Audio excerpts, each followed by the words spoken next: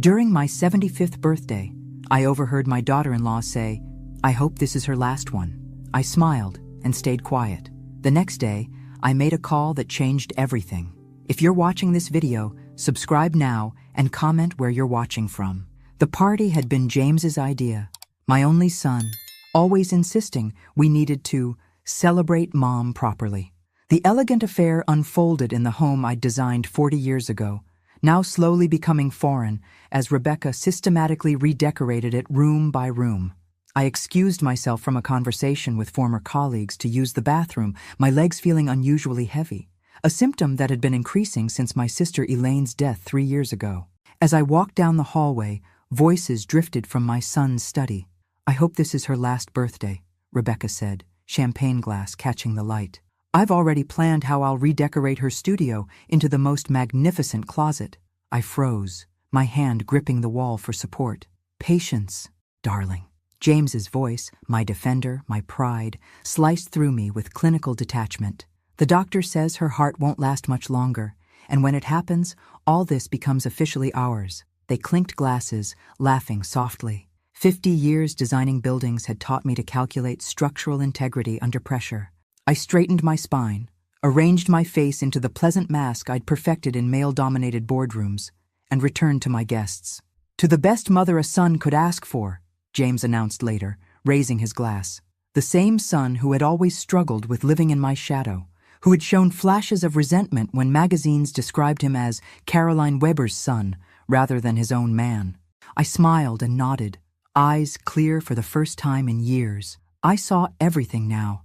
How James had gradually taken control after Elaine died. First it was helping with technology, then managing my confusing finances, and finally controlling my medication for my dangerous heart condition. That night, alone in my bedroom, I stared at the ceiling.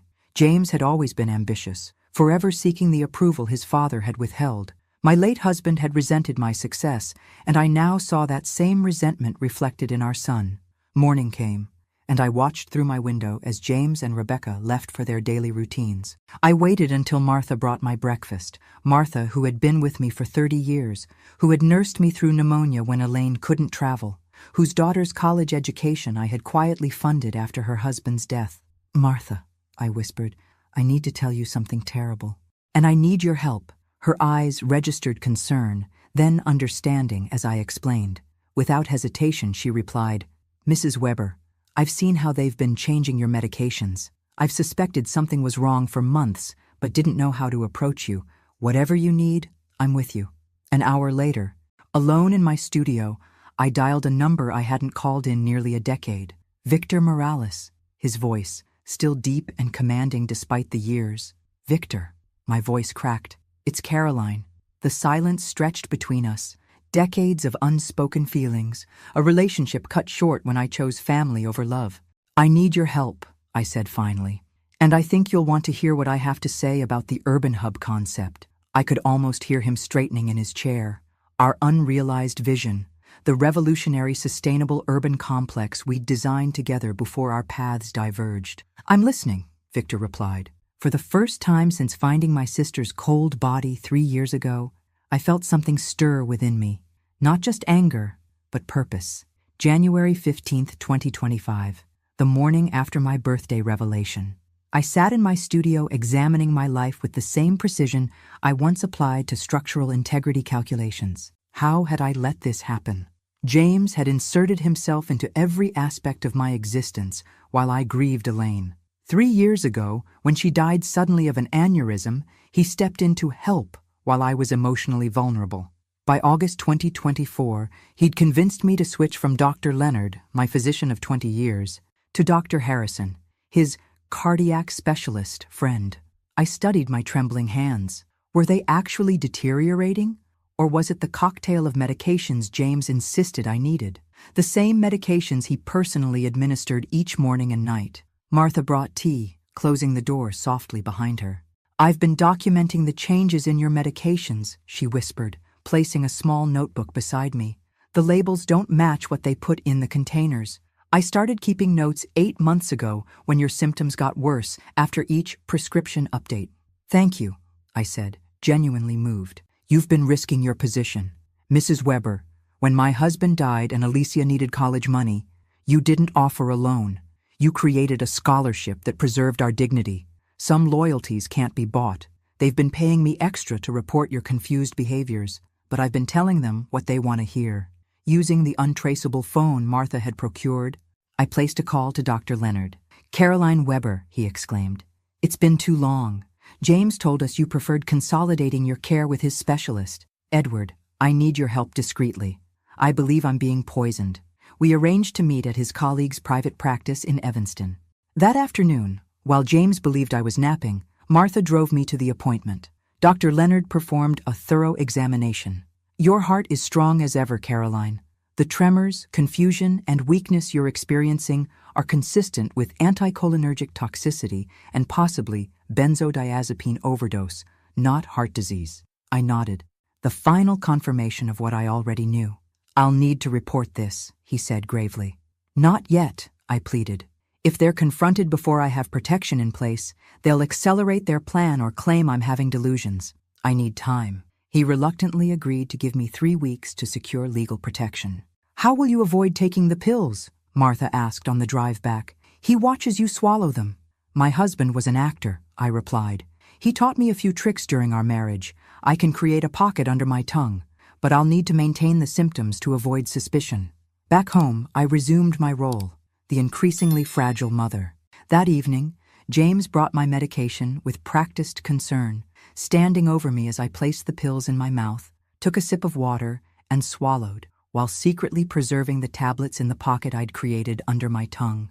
"You seem better this evening," he remarked, studying my face. I allowed my hand to tremble as I reached for the water glass, spilling a few drops. "Just a momentary clarity, I suppose. They come and go." He nodded, satisfied, and left me to my rest. As night fell, I extracted the tablets from my mouth and examined them under the desk lamp. Tomorrow, I would begin building the evidence that would prove my son was trying to murder me. February 15th, 2025. 1 month after my birthday revelation, I'd established a careful routine of pretending to take my medications while collecting them as evidence. Dr. Leonard had helped me obtain legitimate prescriptions through Martha, allowing me to begin recovery without alerting James and Rebecca. The detective Victor hired, Michael Donovan, was an ex-Boston police officer specializing in financial crimes against the elderly.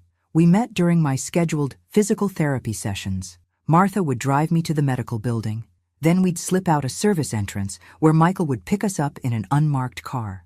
"They've been methodical," Michael explained during our third meeting, showing me financial statements. "James has been transferring funds to offshore accounts, small amounts at first, growing larger as your condition worsened." "How much?" I asked. "Just over 2 million so far."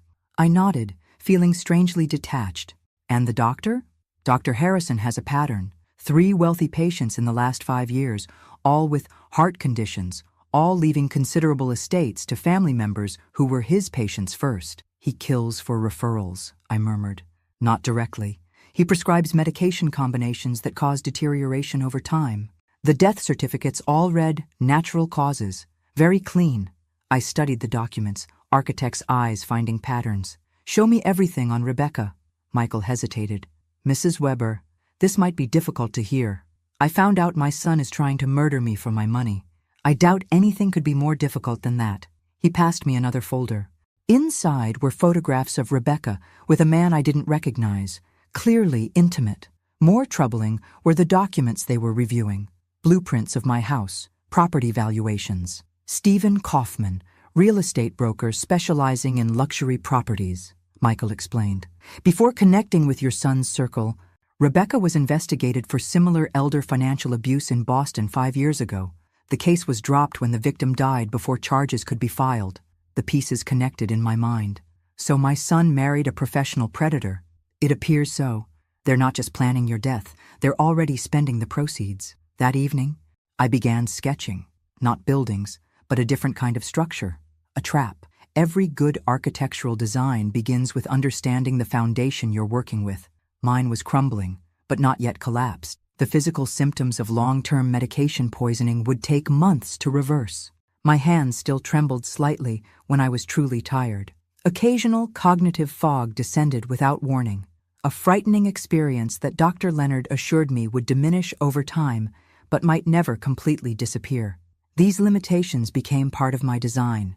I couldn't engage in a direct confrontation while physically compromised. I needed to create a scenario where their own actions would expose them. The next morning, James entered my bedroom with a glass of water and pills. "I was thinking," I said, injecting a note of confusion into my voice, "perhaps we should update my will soon, just to make sure everything's in order." Something flashed in his eyes, eagerness poorly disguised as concern. "That's thoughtful, Mom. I'll call Henderson tomorrow." Henderson, not my attorney of 40 years, but his friend from the golf club. Another piece of the puzzle.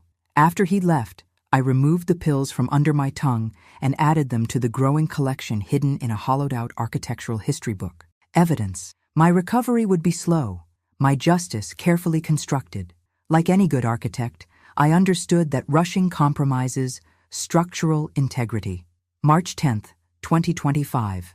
Nearly 2 months after discovering the betrayal, my physical improvement remained carefully hidden beneath a facade of continued decline.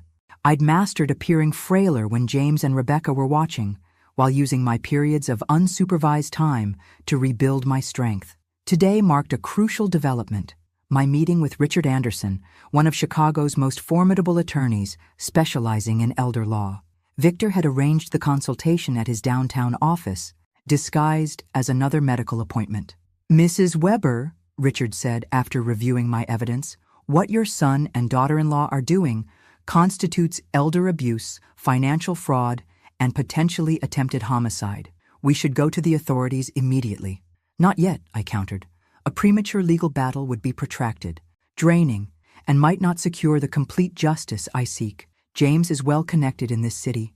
I need an airtight case and a strategy that prevents them from enjoying any benefits from their actions." Richard's eyes narrowed thoughtfully. "What exactly do you have in mind?" I outlined my plan, watching his initial skepticism transform into reluctant admiration.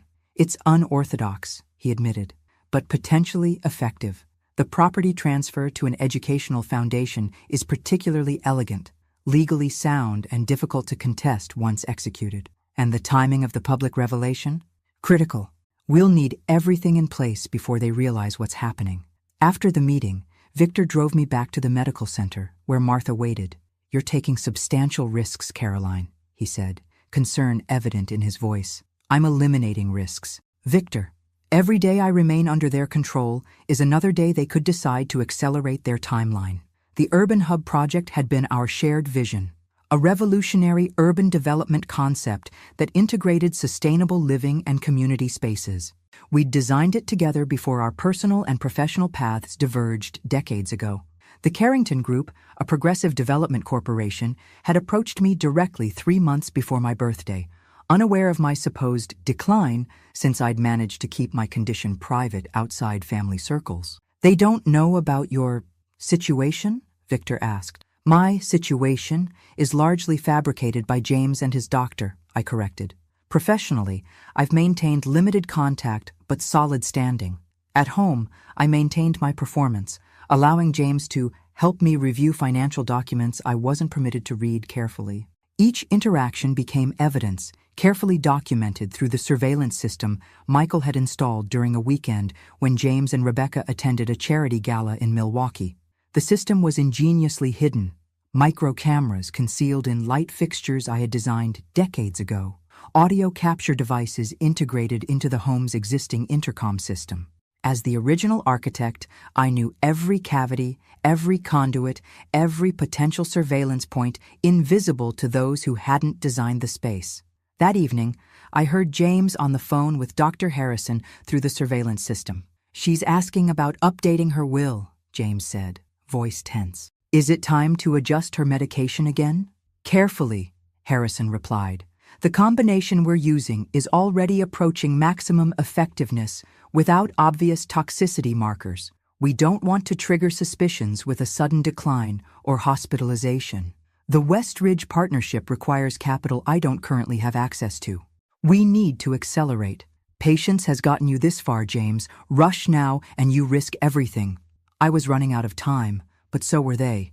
The foundation paperwork was nearly complete, the Carrington contract ready for signing, and Elizabeth Chen, a rising star in the prosecutor's office whose mother had worked with me early in her architectural career, had agreed to review my case file.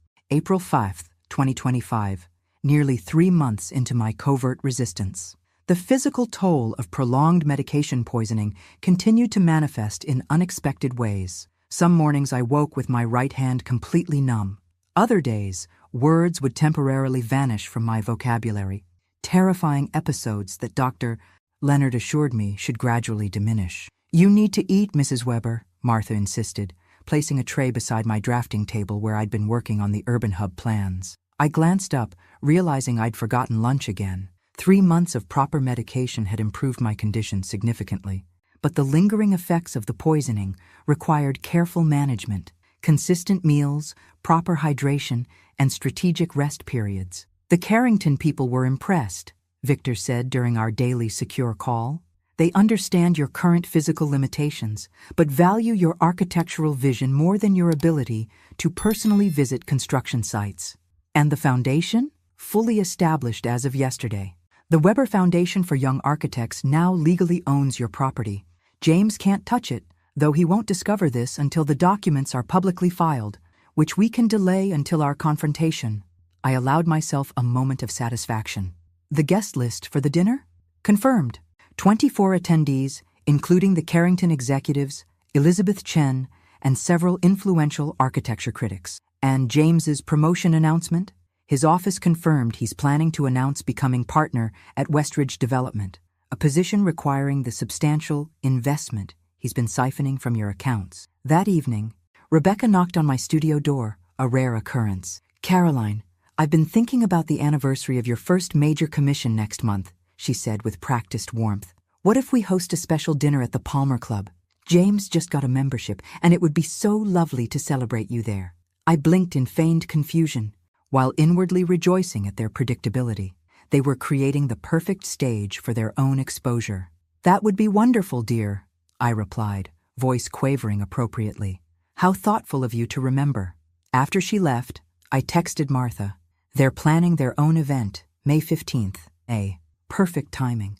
That night, I watched from my window as James had a heated phone conversation on the patio. Using the surveillance system, I accessed the recording later. "It's taking too long," James was saying. "Harrison says we need to accelerate. Yes, I know it's risky, but the Westridge partnership requires immediate capital." "The foundation?" "No, that was just talk." She never followed through. How little he knew me.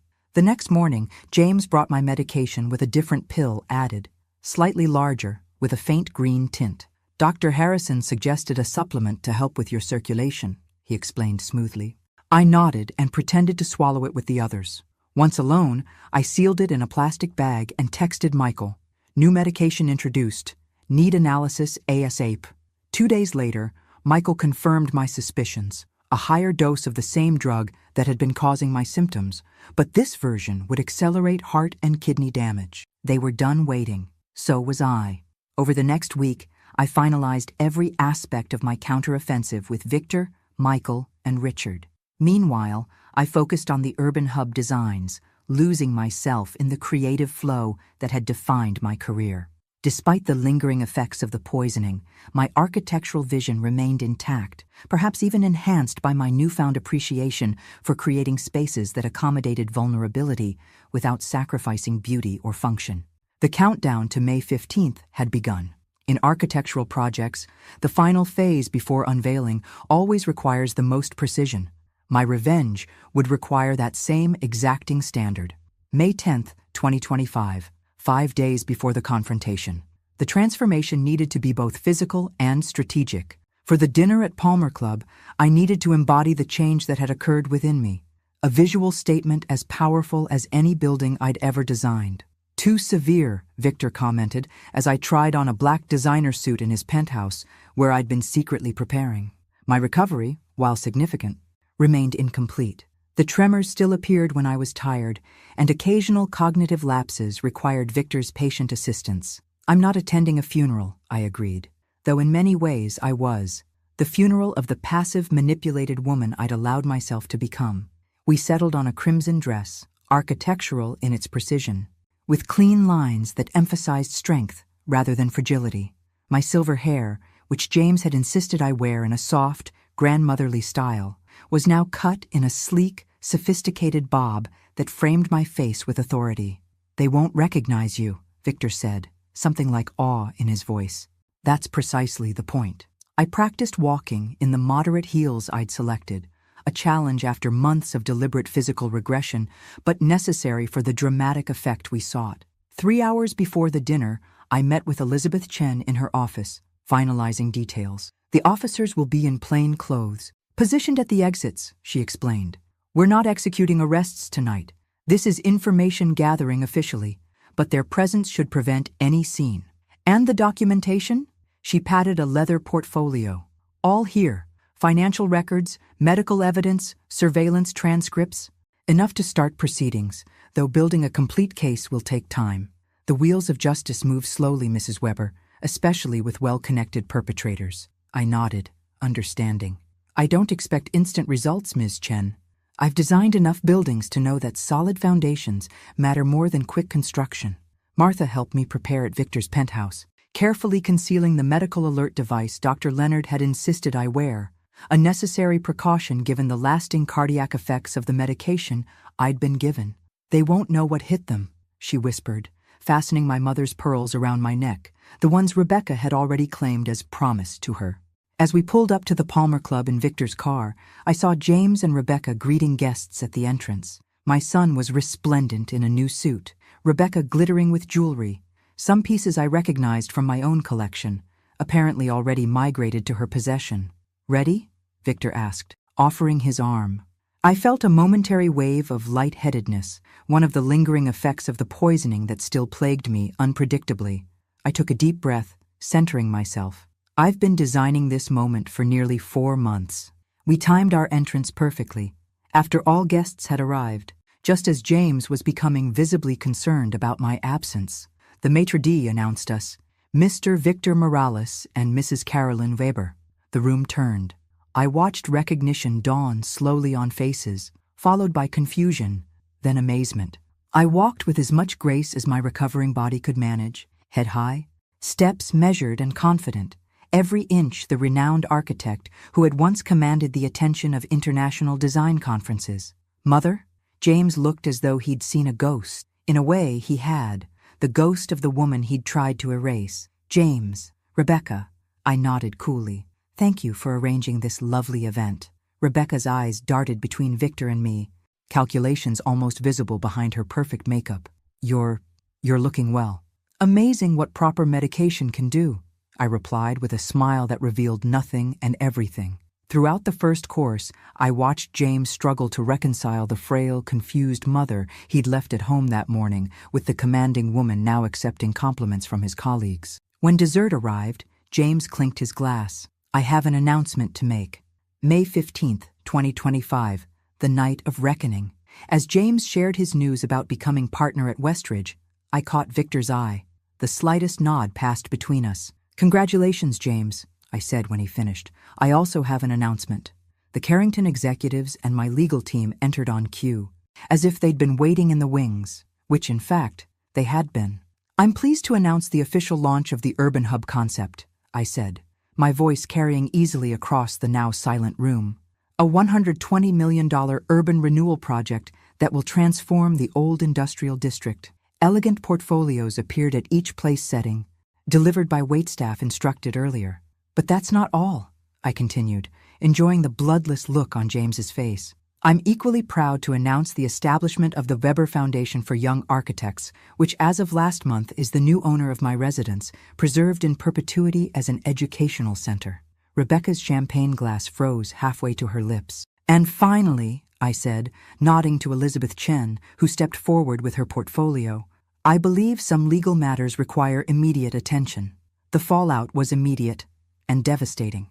As Elizabeth quietly presented James with legal documents detailing the investigations into financial fraud, medical manipulation, and conspiracy, I watched the careful facade he'd maintained for years crumble before my eyes. "This is ridiculous," he sputtered, voice rising as he skimmed the papers. "My mother is confused, has been for months. Ask her doctor. Dr. Harrison is currently being questioned by the medical board." Elizabeth replied calmly. His cooperation could reduce his own charges considerably. Rebecca, always the pragmatist, was already distancing herself. James handled all the medical decisions, she said quickly. I was rarely involved in those conversations. The surveillance transcripts, helpfully highlighted by Elizabeth's team, contradicted this claim immediately. The dinner guests, an uncomfortable audience to this unfolding drama, began discreetly departing. The Carrington executives, however, remained firmly at my side, their presence a clear statement about where the power now resided. James, desperation replacing shock, tried one last maneuver. Mother, you're clearly unwell. Let's continue this conversation tomorrow when you've rested. I met his gaze directly. I've never been clearer in my thinking, James. Nearly 4 months of your poisoning required 3 months of recovery. But I'm fully capable of making my own decisions now. Poisoning? That's absurd. But his eyes darted to the exit where he'd spotted the plainclothes officers. We have the medication analysis, Elizabeth interjected smoothly, and Martha has provided a full statement about the pill substitutions she witnessed. At Martha's name, James's expression darkened. That interfering— Careful, I interrupted. Your position is precarious enough without adding witness intimidation. Rebecca, seeing the complete collapse of their plan, made a different calculation. She edged away from James, her designer heels clicking sharply on the marble floor. I need to use the restroom, she murmured, reaching for her purse. Mrs. Weber, Elizabeth said quietly, my colleague would be happy to accompany you. She nodded toward a female detective who stepped forward with a professional smile. The orchestration was perfect. No dramatic arrests, no public handcuffing, just the quiet, relentless pressure of consequences beginning to unfold. As the room emptied, James found himself increasingly isolated. His new firm partners drifted away with uncomfortable nods, the invisible bonds of social standing visibly recalculating in real time.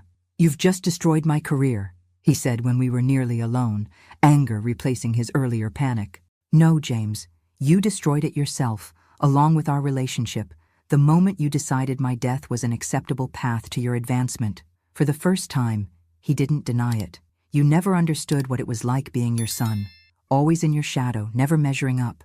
Dad understood. He felt it too. The mention of my late husband, who had indeed struggled with my success, was calculated to wound. Once it would have. Now I saw it only as another manipulation. July 15th, 2025, 2 months after the confrontation at Palmer Club. I sat across from Elizabeth Chen in the prosecutor's office, reviewing new evidence. The case against James, Rebecca, and Dr. Harrison had strengthened considerably as financial forensics uncovered the full extent of their scheme. The medication evidence is particularly damning, Elizabeth explained, laying out the lab reports. The combinations Dr. Harrison prescribed showed a clear intent to induce symptoms mimicking dementia and heart failure. I studied the reports with clinical detachment, no longer feeling the visceral betrayal that had once consumed me. And James's accounts? We've traced just over $2 million transferred from your accounts to offshore holdings. The court has frozen everything pending trial. My son now lived in a rented apartment after being asked to take a leave from Westridge Development. His partnership offer had evaporated as news of the investigation spread through Chicago's close-knit professional circles. And Rebecca? Staying with her sister in Milwaukee, she's attempting to position herself as another victim, claiming James manipulated her. I smiled thinly. The surveillance recordings suggest otherwise. Elizabeth nodded. Her counsel has approached us about a potential cooperation agreement. She's willing to testify against James and Dr. Harrison in exchange for reduced charges. It's a standard strategy in complex cases like this. Is it worth considering? I asked. Potentially. Her testimony would strengthen the case against the other two, particularly Harrison. Medical crimes are notoriously difficult to prosecute without insider testimony. Later that day, I met with the Carrington team at their downtown offices, my first formal business meeting in years. My recovery continued steadily, though certain limitations remained. I still tired easily and occasionally lost words mid-sentence, a humbling experience that Victor gracefully navigated during meetings. The preliminary designs have already generated significant interest, Howard Carrington explained as we reviewed the project timeline. Your return to active practice is being hailed as a major event in architectural circles. That evening, returning to Victor's penthouse where I'd been staying, I found an unexpected visitor waiting in the lobby. James looked terrible, unshaven, eyes bloodshot, wearing clothes that hadn't been pressed. The doorman appeared uncomfortable, clearly having been instructed not to allow him upstairs. "Mrs. Weber, I tried to explain you don't accept unscheduled visitors." "It's all right, Henry," I said calmly. "We can talk here." James straightened as I approached, attempting to summon his former confidence. "Mother, this has gone far enough. The family's dirty laundry is becoming public spectacle." "Attempted murder isn't dirty laundry, James. It's a felony." He flinched. "That's a gross exaggeration. Yes, I managed your medication and finances because you were becoming confused. Perhaps Dr. Harrison's approach was aggressive." "Stop." My voice cut through his excuses like a steel beam through plaster. "I've seen the text messages between you and Harrison discussing dosages to accelerate my cognitive decline. I've heard the recordings of you and Rebecca discussing how to make my death appear natural." His face paled. "What do you want?" he asked finally. "Money? The money's gone, frozen or spent. The house? It's not even yours to give back anymore." "I want nothing from you," I replied, seeing him clearly for perhaps the first time in decades. "That's what you never understood. I gave you everything freely. Love, opportunity, support. You could have had it all legitimately by simply waiting, by being the son I thought you were. Then why continue with this prosecution? For revenge, that's beneath you. Not revenge, consequences, and protection, not just for me, but for others. Harrison has had other patients. Other victims. This needs to end." He attempted one final approach, voice lowering to the same gentle tone he'd used when administering my medications. "Mom, please, we're still family." I studied him, this stranger wearing my son's face, and felt a strange calm replace the hurt that had driven me for months. "No, James, we're not family anymore. We're plaintiff and defendant. That's the relationship you chose." October 15th, 2025. 5 months after the confrontation. Autumn had transformed Chicago, painting the city in amber and crimson. My own transformation continued in parallel, some days stronger than others, the lingering effects of the poisoning appearing unpredictably, but with decreasing frequency. "They're offering a plea deal," Elizabeth Chen explained during our weekly meeting at her office. The legal proceedings had progressed with methodical precision, though far slower than dramatic television portrayals would suggest. "What are the terms?" I asked, setting aside the urban hub blueprints I'd been reviewing. "For James, guilty plea to financial elder abuse, fraud, and attempted aggravated assault. 8 years, eligible for parole after 5. She slid the document across her desk. "For Rebecca, guilty plea to conspiracy and financial fraud. 3 years, eligible for parole after 18 months. I studied the proposal. "And Dr. Harrison? 6 years and permanent revocation of his medical license. He's cooperating extensively, providing information on other, similar cases." The thought of other elderly victims made my stomach tighten. "What do you recommend?" Elizabeth leaned back, her expression measured.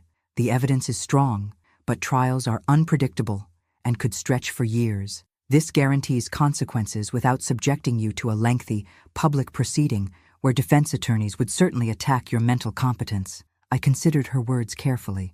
"A trial would mean testifying, reliving the betrayal, having my mental competence questioned, exposing private humiliations." "I'll consider it," I replied, tucking the document into my portfolio. That evening, Victor and I dined on his terrace overlooking Lake Michigan. In the 5 months since moving into his guest room, our relationship had evolved into a comfortable companionship. Nothing romantic. Those feelings belonged to a different lifetime when we'd been young architects with matching ambitions. But something perhaps more valuable, mutual respect and understanding. "You're quiet tonight," he observed, pouring more wine. Thinking about the plea offer, I explained the terms. "Part of me wants to refuse, to push for maximum sentences." Victor nodded. "Understandable. What's stopping you?" "Practicality. A trial would be draining, potentially damaging to the foundation and urban hub." I paused, and perhaps I'm just ready to build something new instead of demolishing the old. Later that night, unable to sleep, I found myself at my drafting table. Victor had converted a corner of his library into a studio space for me, complete with the specialized lighting I preferred. I was sketching modifications to the Urban Hub Community Center when my phone rang. The number was unfamiliar. Mrs. Weber? A woman's voice, tentative. This is Rebecca. My hand tightened on the pencil. How did you get this number? That's not important. I needed to speak with you before. She hesitated. Before I accept the plea deal. I remained silent, waiting. I want you to know it wasn't my idea. The medication. Her voice had the practiced sincerity I recognized from countless social interactions. James and Dr. Harrison arranged everything. I just went along with it. The recordings suggest otherwise, Rebecca. Recordings can be misinterpreted. A pause. I'm calling because I need you to know I've found clarity through this experience. Spiritual growth. I almost laughed at the absurdity. You found Jesus in the shadow of a prison sentence. How convenient. I'm trying to make amends. Her composure cracked slightly. James manipulated me just like he manipulated you. I was young when we met, impressionable. You were 34 with an MBA from Northwestern and a previous investigation for elder financial abuse in Boston. I let that sink in before continuing. Michael Donovan is very thorough. Her sharp intake of breath was audible. That case was dropped. Yes, your previous victim died before charges could be filed. Convenient timing seems to be a pattern with you. The pretense of contrition vanished from her voice. You think you've won, don't you? The great Caroline Weber, back on top. But James was right about one thing. You'll die alone in that sterile penthouse, surrounded by your precious blueprints instead of family. I'd rather die surrounded by honest blueprints than dishonest family, Rebecca. January 15, 2026, 1 year after discovering the betrayal. The Weber Foundation for Young Architects welcomes you. The engraved stone plaque gleamed in the winter sunlight as reporters gathered for the official opening of my former home, now transformed into an educational center for architectural students. The timing was deliberate, exactly 1 year since I'd overheard Rebecca's fatal birthday wish. Martha stood proudly beside me, now the foundation's administrative director rather than a housekeeper. Behind us, 20 scholarship students, the foundation's first cohort, waited for the ribbon-cutting ceremony. Mrs. Weber, how does it feel to see your home transformed this way? Called out a reporter from Architectural Digest. I stepped to the microphone, careful of my balance. One of the lingering effects of the medication poisoning was occasional vertigo, though less frequent than months earlier. Architecture has always been about transformation, turning vision into structure, ideas into spaces where lives unfold. This building has been transformed many times, first from land to home, then from home to battleground. I paused, meeting the eyes of several reporters directly. Now its final and most important transformation, from private residence to public legacy. The Chicago Tribune reporter raised her hand. And your son? Any comment on his sentencing last month? Elizabeth Chen, standing nearby, moved to intervene, but I raised my hand slightly. My son made his choices. The courts have determined the consequences. Today isn't about destruction, but creation. These students, I gestured to the young architects behind me, represent the future. They're what matters now. The legal proceedings had concluded more swiftly than anticipated, largely due to the overwhelming evidence and the defendant's eventual acceptance of plea deals. James had received 8 years, Rebecca 3, and Dr. Harrison 6, with his medical license permanently revoked. More importantly, Elizabeth's team had used Harrison's cooperation to open investigations into 3 other suspicious deaths of wealthy elderly patients. After the ceremony, Victor guided me through what had once been my home. The transformation was remarkable. My studio, which Rebecca had planned to convert to a closet, now housed state-of-the-art design technology. The formal dining room where James had administered my medications was now a lecture hall. Does it feel strange? Victor asked, as we paused in what had once been my bedroom, now converted to a reference library. Less than I expected, I admitted. It feels right. Later that evening, the Carrington team hosted a reception at their offices to celebrate the groundbreaking for Urban Hub's first building. At 76, I found myself the center of attention in a way I hadn't been for decades, not as an elderly curiosity, but as an active, respected professional. The design innovations in the community center are remarkable, commented the sustainability director from the city planning department, particularly the integration of the wellness center with the employment resources. I smiled. Architecture isn't just about buildings, it's about designing systems that support human flourishing. As I moved through the crowd, accepting congratulations and discussing technical details, I caught sight of myself in a mirrored wall. The woman reflected there bore little resemblance to the fragile, diminished person I'd been a year earlier. My posture was straight, my gaze direct. Though my hand still occasionally trembled, a permanent reminder of what I'd endured, my handshake remained firm. Howard Carrington clinked his glass for attention. I'd like to propose a toast to Caroline Weber, whose vision for Urban Hub will transform not just our city's landscape, but its social fabric. As applause filled the room, I felt a complex emotion that took me a moment to identify: pride. Not the defensive pride I'd once taken in James's accomplishments, desperately trying to see my legacy continued through him. This was simpler, cleaner, pride in work well conceived and executed. After the reception, Elizabeth Chen approached with news about the other cases stemming from Dr. Harrison's cooperation. We're making progress. 2 families have found a measure of closure, knowing what really happened to their loved ones. And the third? Still under investigation, but promising. She smiled. Your case created a template for how to approach these situations. You've helped more people than you know. May 15, 2026. 1 year after the confrontation at Palmer Club, I stood in the visitors area of the minimum security federal prison, waiting. The room was designed to simulate normalcy: bland beige walls, uncomfortable plastic chairs, vending machines humming in the corner, but nothing could disguise its essential purpose: controlled interaction between the free and the imprisoned. Are you sure about this? Victor had asked that morning as I prepared for the visit. He'd offered to accompany me, but this was something I needed to do alone. James entered wearing a khaki uniform that hung loosely on his frame. Prison had aged him visibly, his hair grayer, his posture less commanding. The arrogance that had defined him had been replaced by a wary caution. "Mother," he said, taking the seat across from me, "this is unexpected." "Is it? I informed your attorney I would be coming." He nodded. "Yes, but I didn't think you'd actually—" He gestured vaguely. "Why are you here?" A reasonable question. Over the past year, I had systematically rebuilt my life while his had been dismantled. The Weber Foundation was flourishing.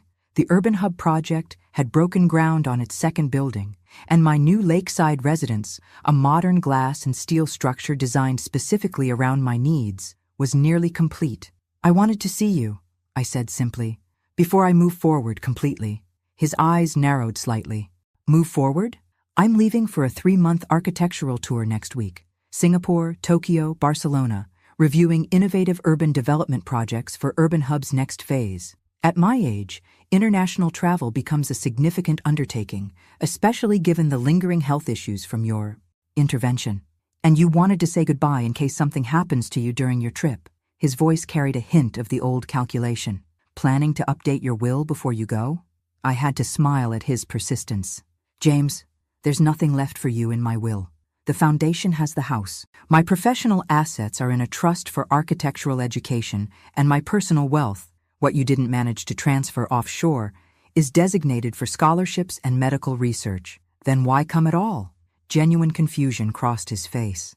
I studied him, this man who had been my only child, my anticipated legacy, and felt an emotion that surprised me: pity. "I came because I wanted to understand, not just what you did, but why. What makes a person decide their parent's life is worth less than their impatience for inheritance?" He looked away. "You wouldn't understand. Try me. I've spent a year rebuilding my life." "James, that process requires understanding what went wrong in the first place. It started small," he said finally. "After Dad died, you were so capable. Running the firm, winning awards, never needing anything from anyone. Then when Aunt Elaine died, you finally seemed vulnerable, human. So you exploited that vulnerability?" He winced. "I helped you, genuinely at first, but then I saw how easily you accepted my guidance on technology, finances. It felt like finally having power in our relationship. And Rebecca? Rebecca saw opportunity. She's always been practical. The new medication, the one you introduced right before the confrontation," I said finally. "That was meant to be the end, wasn't it?" He didn't deny it. "Harrison said your heart wouldn't last 3 months on that regimen." I nodded, absorbing this confirmation of what I'd already known. "You would have literally watched me die, day by day." "I would have been the devoted son caring for his ailing mother," he corrected. The narrative was important. Yes, I suppose it was.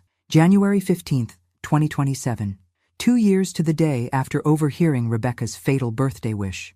I hosted a gathering on the terrace of my new lakeside home, a modernist structure of glass, steel, and warm wood that accommodated my occasional physical limitations while emphasizing strength and clarity. To Caroline Weber and the second phase of Urban Hub, Howard Carrington raised his glass as the small assembly cheered. The past 2 years had transformed not just my circumstances, but my understanding of what mattered. My recovery from the poisoning had plateaued 6 months earlier. The tremors in my right hand would remain permanent, as would occasional cognitive lapses and reduced stamina. But these limitations had become integrated aspects of my existence rather than defining features. The community impact statistics are remarkable, Elizabeth Chen commented, examining the project report. Now a federal judge, after her successful prosecution of what the media had dubbed the Weber case, she remained a valued ally. Victor, arriving late from a meeting, joined us on the terrace. In the 2 years since my revival, our relationship had evolved into something neither of us had anticipated, a partnership of equals, with separate homes but intertwined lives. "Sorry I'm delayed," he said, accepting a glass from Martha.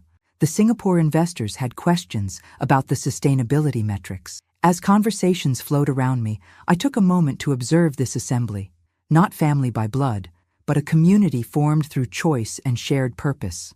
Martha and her daughter, now the Foundation's educational director, Michael Donovan, who had transitioned from detective to the Foundation's security consultant, the first graduating class of Weber Scholarship recipients, Elizabeth and her family. "Speech!" called Howard Carrington, raising his glass again. I smiled but shook my head. "I'm an architect, Howard. We build rather than talk." "Nonsense," Victor countered. "I've sat through enough of your client presentations to know better." Yielding to their encouragement, I moved to the edge of the terrace where the lake stretched before us, Chicago's skyline visible in the distance. 2 years ago today, I began, I faced a choice between accepting a planned ending or designing a new beginning. As an architect, the answer was obvious. I gestured toward the urban hub model displayed nearby. "We build." Murmurs of agreement rippled through the gathering. But what I've learned since then is that the most important designs aren't buildings or projects. They're the connections between people, the foundations of trust, the frameworks of purpose, the structures of meaning we create together. After the guests departed, Victor remained, helping Martha clear the last glasses despite her protests. "You seem contemplative," he observed as we sat watching the moonlight on the lake. "I received a letter from James yesterday," I explained. "His first in 18 months. Victor's expression tightened. "What did he want?" "To inform me he's eligible for parole next year. He's completed multiple rehabilitation programs, found religion, written a memoir about toxic family dynamics. Are you going to respond?" I shook my head. "There's nothing left to say. Some buildings can't be salvaged after fundamental damage. They can only be acknowledged as ruins, studied for their failures, and left behind." Victor nodded, understanding as always. "Any regrets?" he asked finally. I considered the question seriously. The physical aftermath of the poisoning remained. The tremors, some memory lapses, reduced stamina requiring careful management. Yet these limitations had forced innovative adaptations in both my home design and working methods. "Only that I didn't make that call to you sooner," I answered truthfully. "I lost years to fear and inertia before James ever gave me those pills." Victor reached for my hand, his fingers intertwining with mine. "We have now, and we're making good use of it." Inside my perfectly designed home, the architectural plans for Urban Hub's third phase lay ready for tomorrow's review. On my desk, applications from next year's scholarship candidates awaited evaluation. The occasional tremor in my hands remained a permanent reminder of what had nearly been lost. But like any good architect, I had incorporated this structural reality into my design rather than pretending it didn't exist. "To second chances," I said, raising my glass one final time. "And to the architects who build them," Victor replied. Against the Chicago skyline, where buildings I'd designed decades earlier stood alongside newer creations, I embraced the truth that had saved me. It's never too late to redesign your life. Thanks for listening. Don't forget to subscribe and feel free to share your story in the comments. Your voice matters.